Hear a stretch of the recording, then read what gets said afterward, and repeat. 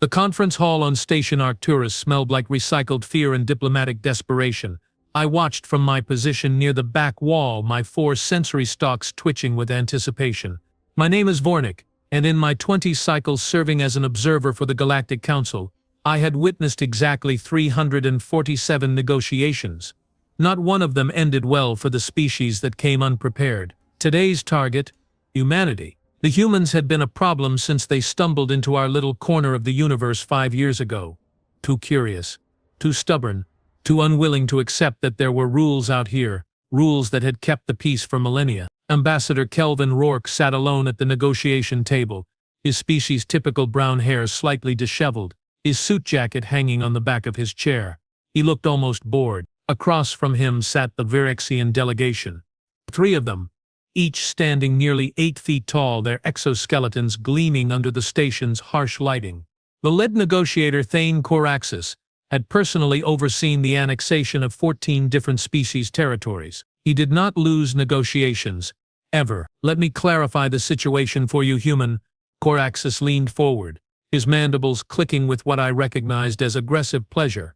Your colony on Epsilon Tertius occupies space that rightfully belongs to the Raxian Empire. Our claim dates back 2,000 years. Rourke took a sip of his coffee. Just sat there, drinking coffee like we had all the time in the universe. Your claim, Rourke said slowly, setting down his cup, is based on a survey ship that passed through the system 20 centuries ago and took some photographs. I read the file. That survey established territorial rights under Galactic Council Statute 473-B. Rourke nodded. Except Statute 473-B was amended in the year 87 GS to require actual settlement within a 500-year window. Your people never settled Epsilon Tertius. You just took pictures. Really nice pictures, I'm sure.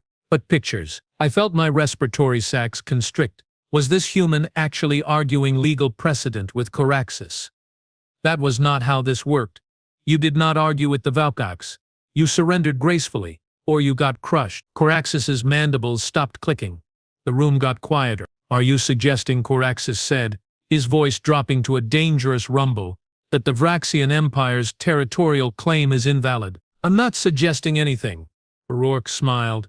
It was a small smile, barely visible, but something about it made the temperature in the room drop by several degrees. I'm stating it as fact. Your claim is invalid. Epsilon Tertius belongs to humanity now. We settled it. We built cities there. We have 3 million colonists who call it home. Behind Coraxus, one of his subordinates shifted his weight. I recognized the movement. It was the Vrixian equivalent of cracking your knuckles before a fight. 3 million colonists, Coraxus repeated. How unfortunate. Do you know what happened to the Delthari when they refused to vacate territory we claimed? I do, actually. Rourke leaned back in his chair. You bombed their cities, killed about 40% of their population, forced the rest into labor camps. Then you stripped their homeworld of resources and left it a toxic wasteland. The Delthari are now a dying species, scattered across the galaxy in refugee camps. Is that about right? The accuracy of the summary seemed to surprise Coraxus. Good. It surprised me too. Humans were new here. They should not have had access to that kind of historical data yet. The Delthari learned the price of defiance. Coraxus said, perhaps humanity needs the same lesson. This was it. The threat. In 347 negotiations, this was the moment where the other species folded, where they realized that survival mattered more than pride, where they accepted whatever humiliating terms the Viraxians offered, and slunk away with their dignity in tatters. Rourke's smile grew wider. Not by much, just a fraction. But I swear on my ancestral hive that the air in the room turned to ice. Every being present felt it. I watched 2 junior council observers actually take a step backward, their survival instincts screaming at them to get away from whatever was happening. That's a threat, Rourke said calmly. You are threatening to commit genocide against my species, unless we abandon our legally established colony. Just want to make sure I'm understanding correctly. For the record, call it what you wish, human. The Vraxian Empire has made its position clear. You have 30 standard days to evacuate Epsilon Tertius. If you refuse, we will remove your colonists by force. Rourke nodded slowly. He picked up his coffee cup again, examined it, then set it back down without drinking. Okay, he said. That was it. Just okay. Coraxus's mandibles began clicking again, but slower now, uncertain. You accept our terms? Oh no. Absolutely not. Rourke's smile never wavered. I'm just saying, okay, I understand your position. You have threatened to murder 3 million human civilians unless we give you a planet you have no legal right to. I wanted to make sure I had that correct before I respond. Then respond, human. Rourke stood up, slowly, deliberately. He rolled his shoulders like he was working out tension, then buttoned his suit jacket with precise, careful movements. When he spoke, his voice was so quiet that every being in the room had to strain to hear him. In the Earth year 1938, there was a conference in a city called Munich. The leaders of several European nations met with a dictator named Adolf Schneider who had been making territorial demands. The other leaders were terrified of war, so they gave him what he wanted. They thought they were choosing peace. They thought they were being reasonable. They thought if they just surrendered this one piece of territory, everything would be fine. Rourke walked around the table, his hands clasped behind his back. He looked like he was giving a lecture to particularly slow students. 1 year later, that same dictator started a war that killed more than 70 million people. It lasted 6 years. It destroyed entire nations. It introduced horrors to human history that we are still dealing with centuries later. And do you know what the lesson was, Ambassador Coraxus? Coraxus said nothing. I could see the confusion in his posture. This was not going according to script. The lesson, Rourke continued, was that you cannot negotiate with bullies. You cannot appease aggressors. You cannot purchase peace by feeding other people to monsters. Eventually, someone has to stand up and say no. Someone has to draw a line and mean it. He stopped walking and turned to face Coraxus directly. I'm drawing that line right here, right now. Epsilon Tertius belongs to humanity. We will not evacuate. We will not surrender. We will not negotiate our citizens' lives away to satisfy your empire's territorial ambitions. If you want that planet, you will have to take it by force. The room erupted in shocked chittering, clicking, and humming. Council observers began frantically recording. This was unprecedented. Species did not refuse the Varaxians. They just did not. Coraxus rose to his full height, towering over Rourke by more than 2 feet. You are condemning your species to war, human. The Varaxian Empire has a fleet of 6,000 warships. How many ships does humanity possess? Not enough, Rourke admitted cheerfully. We have got maybe 500 combat-capable vessels, and that's if we count the ones still in construction yards. Your military outclasses us in every measurable category. Bigger ships, better weapons, more experience. On paper, it's not even a contest. Then you are suicidal? Maybe. Rourke's smile finally faded. What replaced it was worse. So much worse. His eyes went flat and cold, and when he spoke again, his voice carried no emotion whatsoever. Or maybe we are just stubborn. See, here's what you don't understand about humans, Ambassador. We have this really inconvenient habit of fighting wars we can't win. We have a long documented history of looking at impossible odds and saying, sure, why not? Let's give it a shot. He started counting on his fingers. The Battle of Thermopylae. 300 Spartans versus hundreds of thousands. They lost, but they hurt the enemy so badly that it changed the course of the war. The Battle of Britain. A tiny island nation standing alone against the most powerful military machine in Europe. Everyone said they'd fall in weeks. They held for months and eventually won. The Vietnam War. A small agricultural nation fighting the most technologically advanced military on Earth.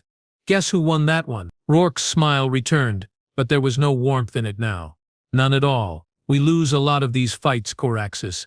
Not going to lie about that. We die by the millions. Our cities burn. Our children starve. But here's the thing about humans that you really need to understand before you start this war. We remember, we learn, we adapt, and we never ever forgive. He pulled out a small data pad from his pocket and tossed it onto the table between them. That contains the complete military disposition of the human defense fleet, including every ship, every weapon system, every tactical weakness we have. I'm giving it to you for free. No tricks. No deception. Study it carefully. Run your simulations, calculate your casualties. Coraxus stared at the datapad like it might explode. Why would you reveal your military capabilities? Because it won't matter. Rourke's voice dropped even lower. You will win the first battle, probably the first 10 battles. Your ships are better, your crews have more experience. You will push us back to our core systems. You will kill millions of my people, maybe tens of millions, and the whole time you will be thinking that victory is just one more battle away. He leaned forward over the table, his eyes locked on Caraxes. But every battle you win will cost you ships you can't easily replace. Experienced crews who die screaming in the void. Resources you can't spare because, and here's the fun part, you are not just fighting humanity. You are the Valkraxian Empire. You have a dozen other species on your borders who hate you just as much as we are, about to. How many of them do you think will stay quiet when they see you bleeding? When they realize you are vulnerable? The room had gone completely silent. Even the council observers had stopped recording. We were all just watching this human calmly explain why starting a war with his species would be the worst mistake the Valaxians could make. You will have to commit more ships, Rourke continued. More resources, more attention, and humans will be doing what we do best. We will be learning, studying your tactics, reverse engineering your technology, finding your weaknesses. Every battle will get harder for you. Every victory will cost more. And eventually, maybe in 10 years, maybe in 20, you will wake up one morning and realize that this war is going to destroy your empire. He straightened up and buttoned his jacket again. At which point you will try to negotiate peace. You will offer us reasonable terms. Maybe you will even offer reparations.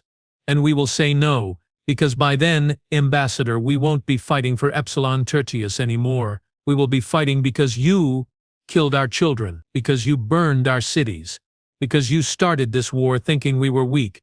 And we will dedicate every resource, every ship, every human life to making absolutely certain that you never threaten anyone ever again. Caraxes's mandibles had stopped clicking entirely. He stood frozen, processing what he had just heard. That's a promise, by the way, Rourke added. Not a threat, not a negotiating tactic. A promise. You start this war, and we will end your empire. Maybe not tomorrow, maybe not next year, but eventually, inevitably. Because that's what humans do to people who hurt us. We obsess, we plan, we wait as long as we have to, and then we execute. The silence stretched out for nearly a full minute. I counted the seconds, my sensory stalks quivering with tension. This was the moment. Either Caraxes backed down, or we were about to watch two species throw themselves into mutual destruction.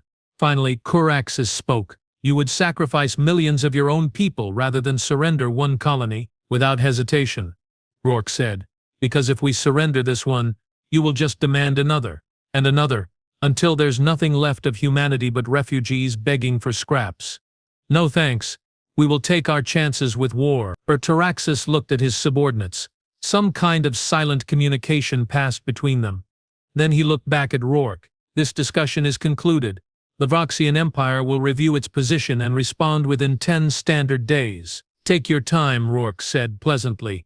My government has authorized me to remain on Station Arcturus for up to 30 days.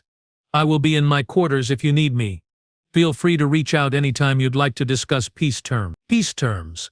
The absolute audacity of this human. He had just stood here, outnumbered and outgunned, and threatened the most powerful military force in the galaxy.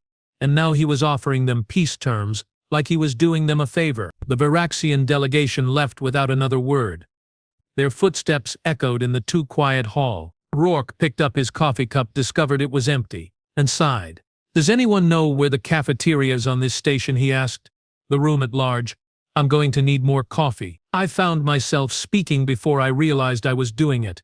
Level 7, Section C. But Ambassador Rourke, may I ask you a question? He turned to look at me, and for just a moment I saw something behind his eyes. Something old and tired, and infinitely sad. Sure, what's your name? Vornik, Council Observer, 4th Class. I have been recording negotiations on this station for 20 cycles. Nice to meet you, Vornik. What's your question? Were you bluffing? Rourke smiled again. That same cold, terrifying smile. Which part? Any of it. All of it. The threats, the promises, the historical examples. Were you bluffing? He thought about it for a moment, then shook his head. No. Every word was true. Humans really are that stubborn. We really will fight unwinnable wars out of pure spite. And if the Vaxians push us, we really will dedicate our entire civilization to destroying them, even if it takes centuries. That's insane. Yeah, Rourke agreed. Yeah, it probably is. But you know what? It works.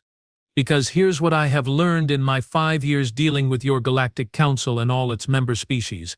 You are all so old, so advanced, so civilized. You have forgotten how to be properly angry. You have forgotten that sometimes the only way to stop a bully is to punch them in the face and keep punching until they learn to leave you alone.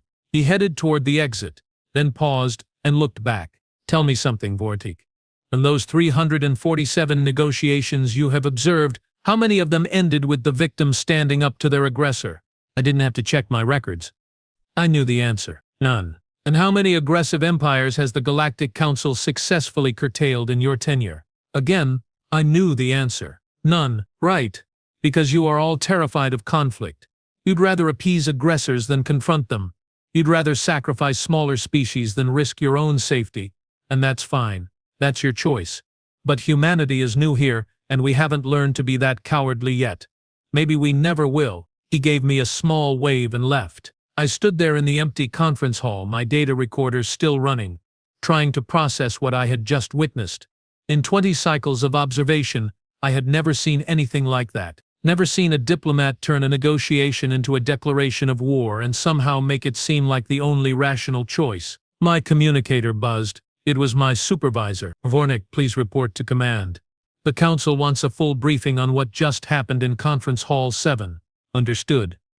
On my way. I took one last look at the empty room, at the abandoned coffee cup on the table, at the data pad Rourke had left behind. Then I headed for command, already composing my report in my head. The council was not going to like this. Not at all. They had worked for centuries to maintain peace through careful diplomacy and strategic surrender. Humanity had just threatened to break that entire system by refusing to play along. As I walked through the station corridors, I passed other species going about their business. Traders, diplomats, military personnel from a dozen different empires. None of them knew yet that everything had just changed, that a species who had been in space for less than a decade had just told the most powerful military force in the galaxy to go to hell. I wondered if they would understand when they found out. I wondered if they would see Rourke as a hero or a madman. I wondered if humanity would survive the choice they had just made. But most of all, I wondered about that smile, that cold, terrifying smile that made a room full of hardened observers step backward in fear. What kind of species could produce diplomats who negotiated like soldiers planning a siege? What kind of civilization could stare at impossible odds and decide that spite was a good enough reason to fight anyway? I didn't have answers to those questions. Not yet, but I had a feeling I was about to learn a lot more about humanity in the coming days. Whether any of us survived that education remained to be seen. The council chamber looked like someone had architectural ambitions, but gave up halfway through. Curved walls that were supposed to inspire unity, elevated platforms for each of the 12 senior council members, and lighting so dramatic it made everyone look either heroic or severely constipated depending on the angle. I stood in the witness circle, my 4 sensory stalks twitching with nervousness while the council deliberated over my report. Senior Counselor Thress, a Valorian whose species had been at this whole galactic civilization thing for about 6,000 years, peered down at me with all 3 of his eyes. Let me understand this correctly, Observer Vorthak. The human diplomat not only rejected the Verzaxian territorial claim, but actively threatened retaliation if they pursued military action. That is correct, Senior Counselor. And he did this while freely admitting that humanity's military capabilities are vastly inferior to the Vroxian Empire. Also correct. Thress's middle eye narrowed. That was never a good sign. This is either the bravest or most foolish thing I have witnessed in 300 years of council service, possibly both. Counselor Mira, a Tesserite whose crystalline body refracted the dramatic lighting into annoying rainbow patterns, chimed in with her typical lack of tact. We should expel humanity from council protection immediately. Let them face the consequences of their arrogance without dragging the rest of us into their mess. Seconded, said Counselor Vren. Of course he seconded it. Vren seconded everything Mira proposed because he had been trying to mate with her for 15 years despite the biological impossibility. Before the vote could proceed, the chamber doors burst open. Not the gentle pneumatic swish you would expect from advanced alien technology, but an actual violent bang that made half the council jump in their seats. Ambassador Kelvin Rourke walked in like he owned the place. He was not invited. This was a closed session, but there he was, still wearing that same rumpled suit, still carrying a coffee cup that I was increasingly certain was permanently attached to his hand. "Sorry I'm late," he said, not sounding sorry at all. "Got lost. This station has terrible signage. You really should look into that." Senior Counselor Thress's third eye started twitching. I had seen that happen exactly twice before, both times right before he ordered someone's diplomatic credentials revoked. "Ambassador Rourke, this is a private council session. You have no authorization to be here." "True," Rourke agreed, walking right up to the witness circle where I was standing. He gave me a friendly nod. "Hey Vornik, good report by the way. Very accurate. You captured my tone perfectly." "You read my report?" I asked, confused. "That was classified council correspondence." "Yeah. Well, your encryption is about 30 years behind current human standards. We cracked your communication protocols the second day we arrived at this station. Seemed rude to mention it, so we just kept quiet and listened in on all your private meetings." The council chamber erupted in outraged chittering, humming, and one very unfortunate whistling sound from Councillor Preen's respiratory apparatus. "That is an act of espionage," Thress bellowed, all three eyes now fully dilated. "No, that is basic operational security," Rourke corrected. "If you broadcast your supposedly secret communications using encryption that my nephew could break with a laptop, that is not espionage. That is just paying attention. But anyway, I am not here to debate intelligence gathering protocols. I am here because I heard you were considering expelling humanity from council protection, and I wanted to save you the trouble." He pulled out a formal-looking document from his jacket and tossed it onto the floor in the center of the chamber. It landed with a satisfying slap. "That is humanity's official withdrawal from the Galactic Council. We quit. Effective immediately. You can keep your protection, your treaties, your bureaucracy, and your complete inability to stand up to bullies. We will handle our own problems from now on." The silence that followed was so profound I could hear the station's life support systems humming through the walls. Councillor Mira recovered first. "You cannot simply withdraw from the council. There are procedures, forms, a mandatory transition period of no less than 2 standard years. Watch me." Rourke smiled that terrifying smile again. "Here is how this is going to work. As of right now, humanity considers itself an independent entity, not bound by council regulations or council protection. That means we can negotiate our own treaties, establish our own territorial boundaries, and respond to threats however we see fit without your approval." "That is chaos," Wren protested. "The council exists precisely to prevent this kind of unilateral action." "The council exists to protect the status quo," Rourke shot back. "Which means protecting powerful empires like the Vroxians while smaller species get crushed under the boot of progress. No thanks. We will take our chances alone." Senior Counselor Thress stood up from his elevated platform. When a Valorian stands up during a formal session, it means things are about to get extremely official or extremely violent, sometimes both. "Ambassador Rourke, if humanity withdraws from council protection, you will lose access to council trade routes, council technology exchanges, CALET's medical and scientific databases. You will be isolated, alone, vulnerable to any empire that decides to take advantage of your weakness." "Yep," Rourke agreed. "Sounds about right. Anything else?" "You are condemning your species to irrelevance, to potential extinction. For what? Pride? Stubbornness? A refusal to compromise on one minor colonial holding?" Rourke's smile vanished. When he spoke, his voice carried that same flat, emotionless tone I had heard in the conference hall. "Epsilon Tertius is not a minor colonial holding. It is home to 3 million human beings who have spent 5 years building lives there. They have homes, families, children who were born on that world and know no other. And you want me to tell them they have to leave because some empire that never even bothered to settle the planet decided they want it now? Because the council is too frightened to enforce its own laws against powerful aggressors?" He shook his head. "No, we are done compromising. We are done sacrificing our people to maintain your illusion of peace. If the Vataraxians want Epsilon Tertius, they can come and take it. And if the council wants to stand aside and let it happen, that is your choice. But do not expect us to thank you for it." Thress sat back down slowly. His third eye had stopped twitching, which somehow made him more intimidating, not less. You understand that by withdrawing from the Council you are also abandoning any hope of peaceful resolution to this crisis. The Council could have mediated, could have found a compromise. Now there is only war. There was always only war, Rourke said quietly. You just did not want to admit it. The Vaxians were never going to compromise. They were never going to accept mediation. They have spent 2,000 years taking whatever they want from whoever is too weak to stop them. And you have spent 2,000 years letting them do it because you are all terrified of conflict. He looked around the chamber, making eye contact with each council member in turn. So here is my offer. Since I am feeling generous, when humanity defeats the Vaxian Empire, and we will defeat them, we are going to remember who stood with us and who stood aside. We are going to remember which species had the courage to call out aggression and which ones hid behind diplomatic protocols while people died.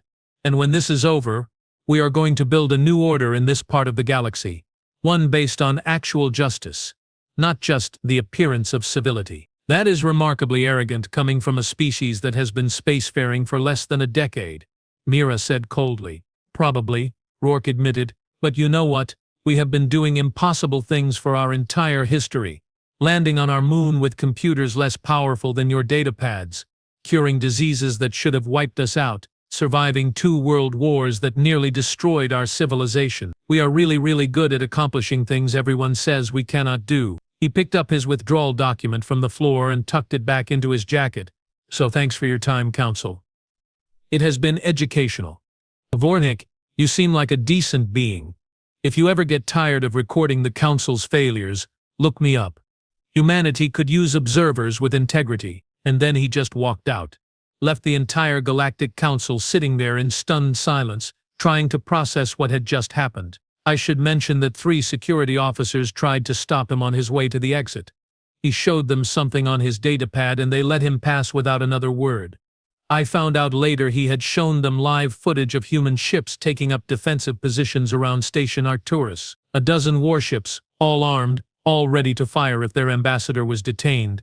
The human had walked into a closed council session, quit the entire galactic government, insulted everyone present and then left under threat of immediate military retaliation if anyone tried to stop him. It was the most diplomatically insane thing I had ever witnessed. It was also somehow the most effective negotiating tactic I had seen in 20 cycles.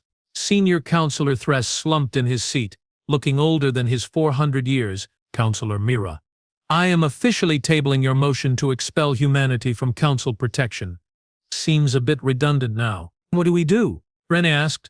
If humanity is no longer under Council protection and the Vraxians attack, we have no obligation to intervene. We also have no way to stop it, Thress said.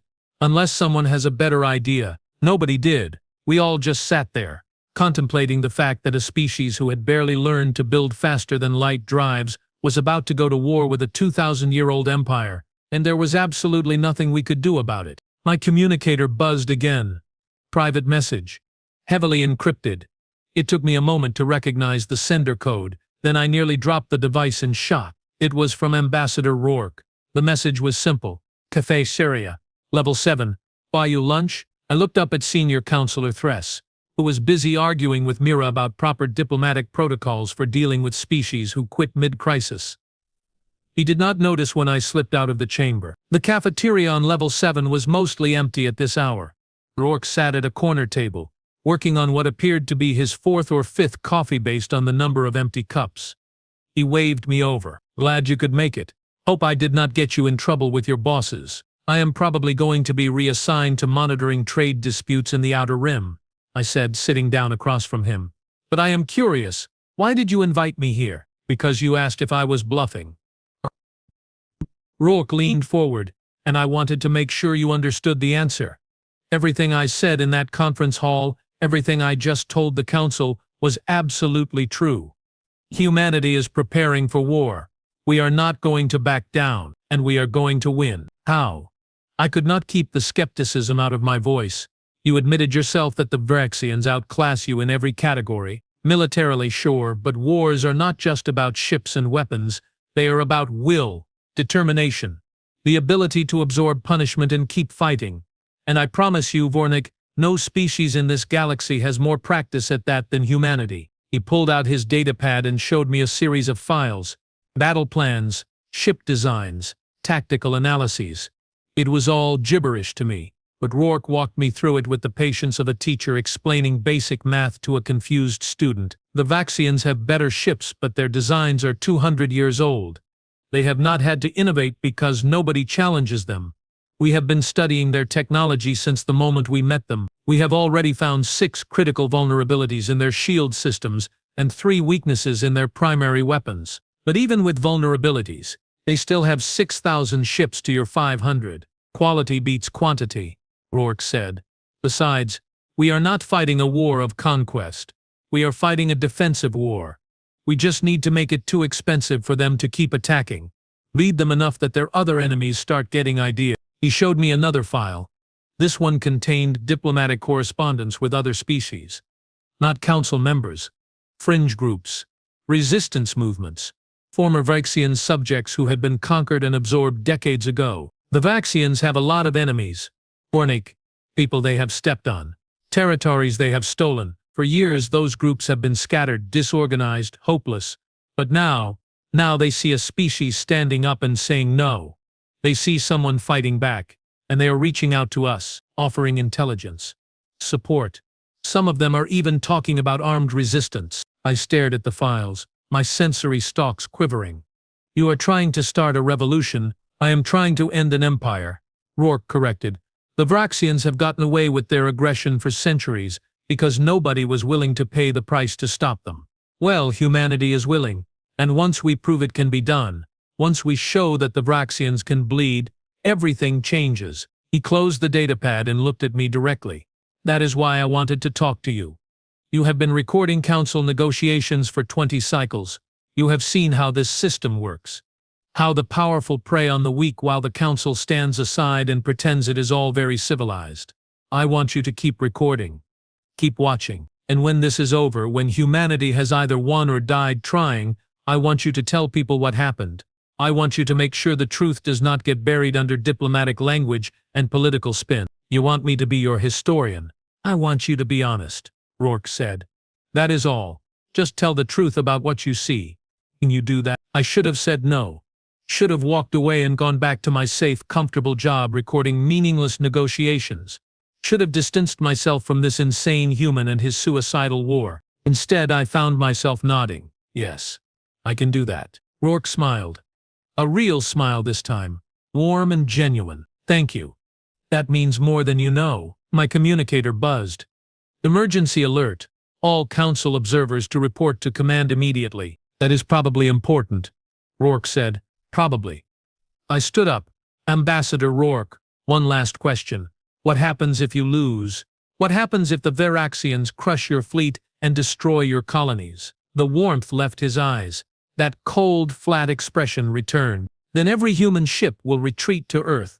We will fortify our home system with everything we have, and when the Vaxians come, we will fight them in our asteroid belts, on our moons, in orbit around our homeworld, and if necessary, on the surface of Earth itself. We will make them pay for every meter of space with blood and ships, and time.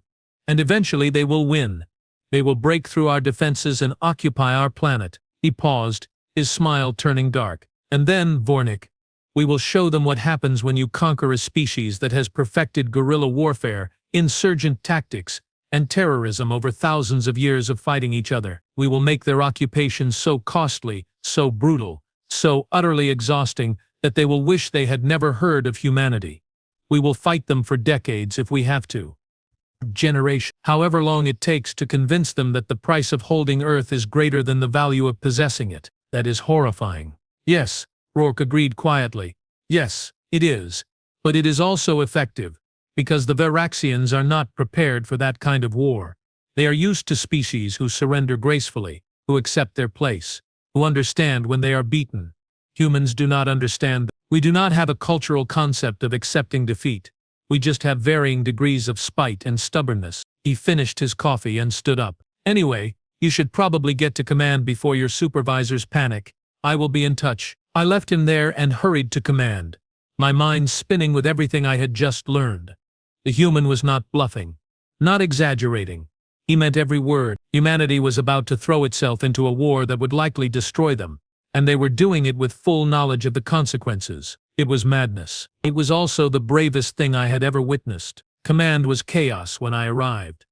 Every screen showed different feeds, Vraxian fleet movements, human defensive positions, emergency council sessions, trade routes shutting down as neutral species tried to avoid getting caught in the crossfire. Senior Counselor Thress stood in the center of it all, looking like a being who had just realized his entire worldview was wrong. Vornik, thank you for joining us. We have a situation. The war? Not yet. Something else. Something I think you need to see. He brought up a video feed.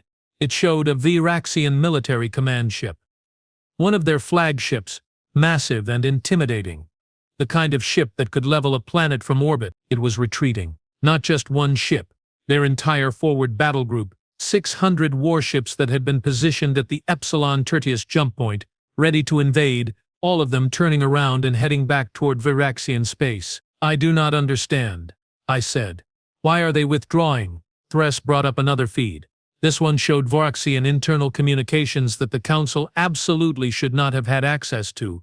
Probably another gift from human intelligence operations. The message was simple, direct, and terrifying. It was a recording from Kelvin Rourke, addressed personally to Thane Coraxus, and it contained detailed information on every Vraxian military installation, every supply depot, every strategic asset within 20 light-years of human space, ship positions, defensive capabilities, command structures, everything. But that was not the terrifying part. The terrifying part was what came next. Rourke calmly explained that if the Vraxian fleet moved against Epsilon Tertius, humanity would not just defend. They would attack. They would send every available ship straight into Vraxian territory and begin systematically destroying military targets. Not colonies, not civilian populations, but every military installation they could reach before the Vraxian fleet could return to defend them. It was a hostage negotiation on a galactic scale. Attack us and we will burn your military infrastructure to the ground. The Vraxians were retreating because they realized that winning at Epsilon Tertius would cost them their ability to project power anywhere else. They would gain one colony and lose the military capacity to defend their empire from all the other species who hated them. Rourke had turned a defensive war into a strategic checkmate without firing a single shot. How did they get this intelligence? Mira demanded. This level of detail should be impossible for a species with their limited reconnaissance capabilities. They probably bought it, Thress said wearily.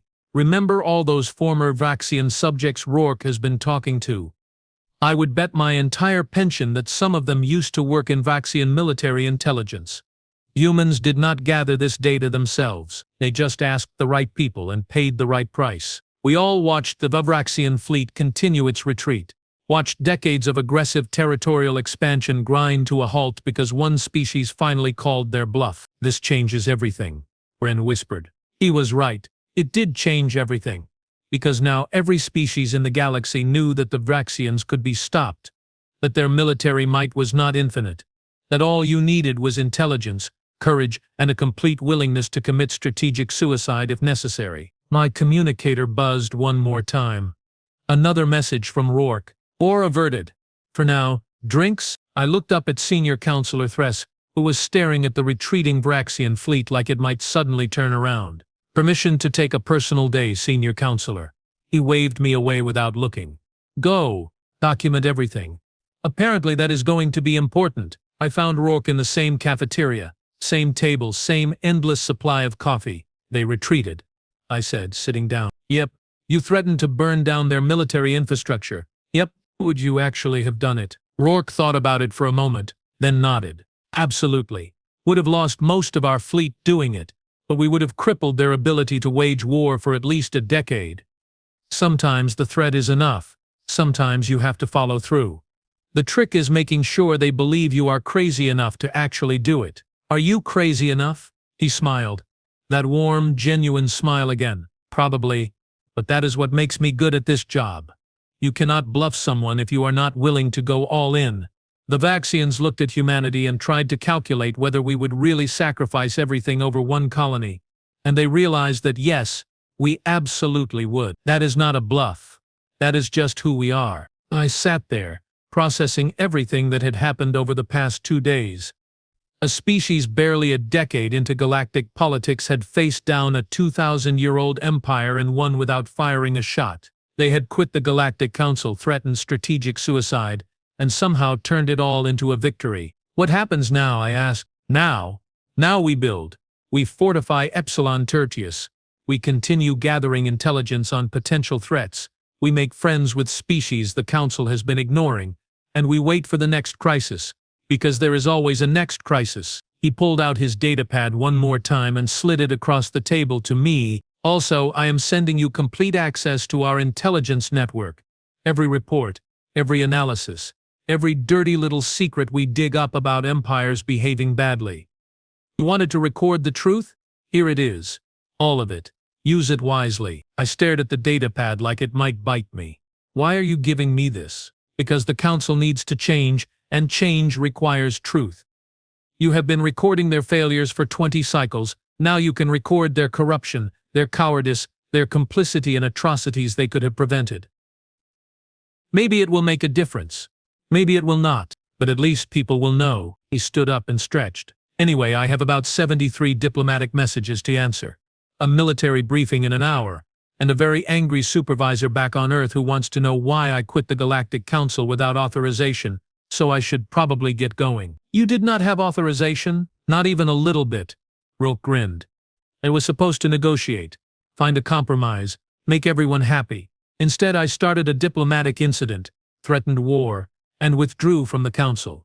Pretty sure I am getting fired when I get home. Then why did you do it? Because it was the right thing to do. Because sometimes you have to break the rules to fix a broken system.